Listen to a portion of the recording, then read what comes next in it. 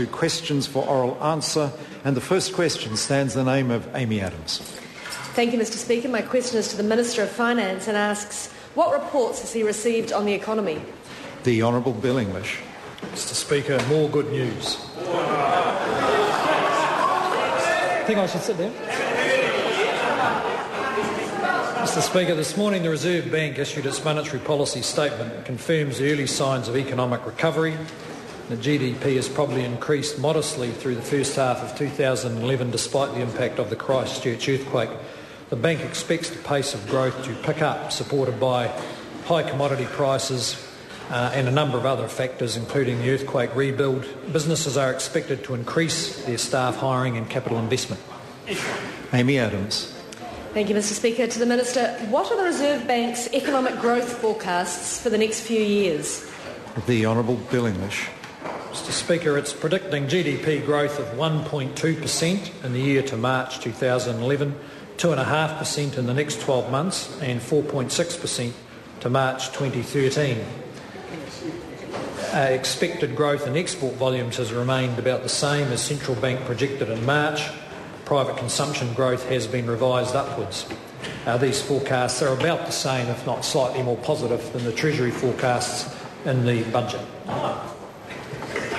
Is member going to seek a supplementary question? The Honourable David Cunliffe. Mr Speaker, surprising that the government backbenchers have so quickly terminated their questions. Mr Speaker, to the Minister.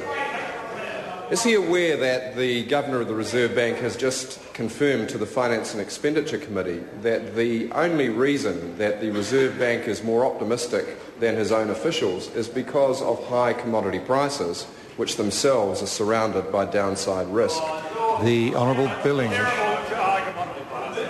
Well, Mr Speaker, the fact that our terms of trade are about the highest they've been in a long time is a reason for optimism, and of course there is a risk that that commodity prices could drop back. I think the more important point is that the Reserve Bank forecasts are roughly the same as the Treasury forecasts, which are roughly the same as most other economists, and the opposition's assertion that they're wildly optimistic is probably overly pessimistic. Amy Adams. Good Lord. Speaker, how do the Reserve Bank's economic growth forecasts compare with Treasury forecasts that accompanied the budget last month? The Honourable Bill English. Well, Mr Speaker, the Reserve Bank's forecasts are a bit stronger than Treasury's. They forecast 2.5% growth in the next year, whereas Treasury forecast 1.8%.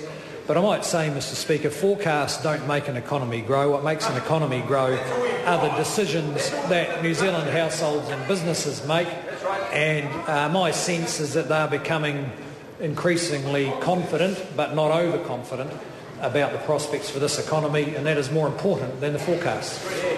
The Honourable David Cunliffe. Does the Minister agree with commentary in the New Zealand Herald and on Intrastock.co which says nothing is being done to correct the current account imbalance, nothing is being done to correct the growing international debt, nothing is being done to create jobs, and it's time someone did something? The Honourable Bill English. No, Mr Speaker, I don't, and I'm still waiting for what the something is. Amy Adams. To the Minister, what is the Reserve Bank's outlook for job growth over the next few years, and what measures is the government taking to support new jobs? The Honourable Bill English. Well, Mr Speaker, again, the Reserve Bank's expecting about the same level of job growth that was in the forecast in the budget, around 35,000 new jobs a year, which is actually not exceptional for New Zealand. That's the average rate of job creation for the 15 years from 1990 to 2005. The government is doing everything it can to give businesses the confidence to invest and grow and create new jobs, and the indications are that the combination of positive leadership from the government and a sound budget is helping business confidence. Question number 2, Dr. Russell Norman. Thank